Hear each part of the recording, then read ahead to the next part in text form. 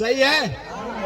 तो मैं अपनी बात शुरू करने से पहले मेरा मतलब कई जगह मैंने स्पीच दिया है, मेरा गला भी थोड़ा बैठ गया है, लेकिन अपनी बात रखने से पहले उन तमाम संतों, गुरुओं, महात्माओं को नमन करते हुए और शिवपाल के रहवासी मैं सभी साथियों को, माताओं और बहनों को जय भीम, जय भारत।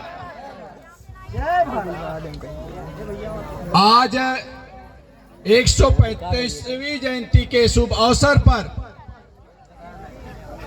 आज मैं 30 साल के बाद 14 अप्रैल उत्तर प्रदेश में मनाने आया हूं और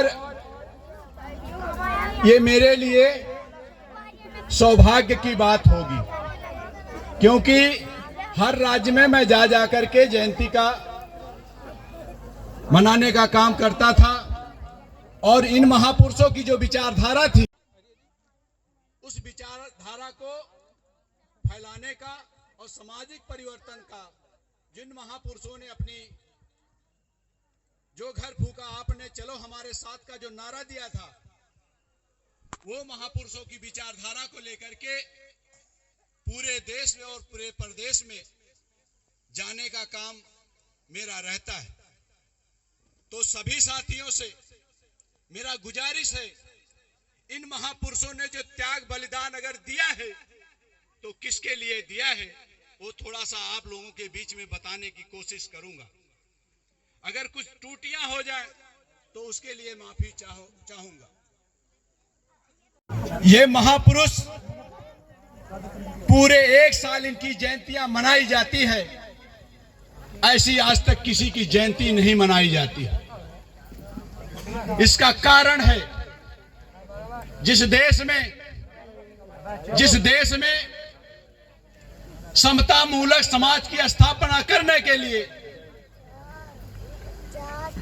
सबको बराबर हक दिलाने के लिए जिन महापुरुषों ने अपना त्याग बलिदान दिया, उसमें से एक डॉक्टर बाबा साहब भीमराव अंबेडकर हैं। कारण क्या है? कारण यह है कि राजाओं के बराबर अगर हमें खड़ा किया जाए तो उस राजा के बराबर आप खड़ा नहीं हो सकते हो।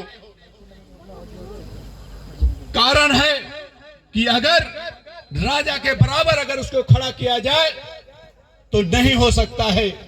यही बात डॉक्टर बाबा साहब को अपने बचपन में खल गई। वो खला क्या? अपनी मां से सवाल करते हैं कि मां, मैं इन बच्चों के साथ खेल सकता हूं क्या? एक मां अपने बच्चों को क्या कह सकती है? नहीं। क्या यह सवाल हो सकता है मां का कि बच्चा उस बच्चे के साथ ना खेल? यह सवाल हो सकता है क्या?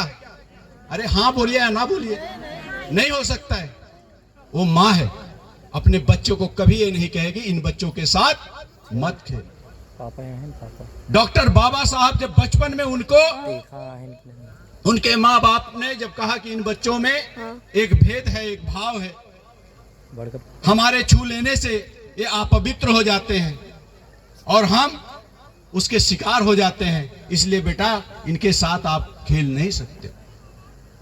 बाबा साहब कहते हैं कि मां, जिस दिन मैं बड़ा हो जाऊंगा उस दिन इस भेदभाव को मैं मिटा दूंगा। लेकिन मां उसको कहती है, बेटा इसके लिए खूब पढ़ना पड़ेगा। मां कहती है, बेटा खूब पढ़ना पड़ेगा। लेकिन बेटे का जवाब क्या होता है? बेटे का जवाब यह था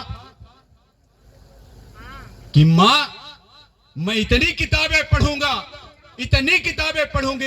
पढ़ूंगा कि सारे विश्व की किताबें पढ़ने के बाद कोई किताब ही नहीं बचेगी जिसका नाम वो चलता फिरता यूनिवर्सिटी के नाम से डॉक्टर बाबा साहब आज बोधिसत्व के रूप में जाने जाते हैं।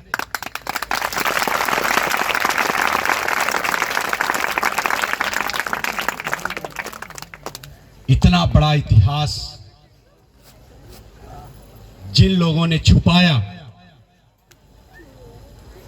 वो महान पुरुष, युग पुरुष श्री मानवर कांसीराम साहब,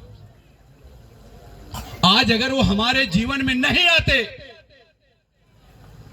तो यहां पे जो केक कट रहा है और जो सब में बट रहा है, ये कभी नहीं हो पाता। क्या ये संभव था? जो यहां पे बैठे हुए लोग हैं, वो लोग इस परिवर्तन में अपना बलिदान दिया है। बलिदान क्या दिया है? अपना समय दिया है, अपनी हर उम्र की जवानी दिए हैं,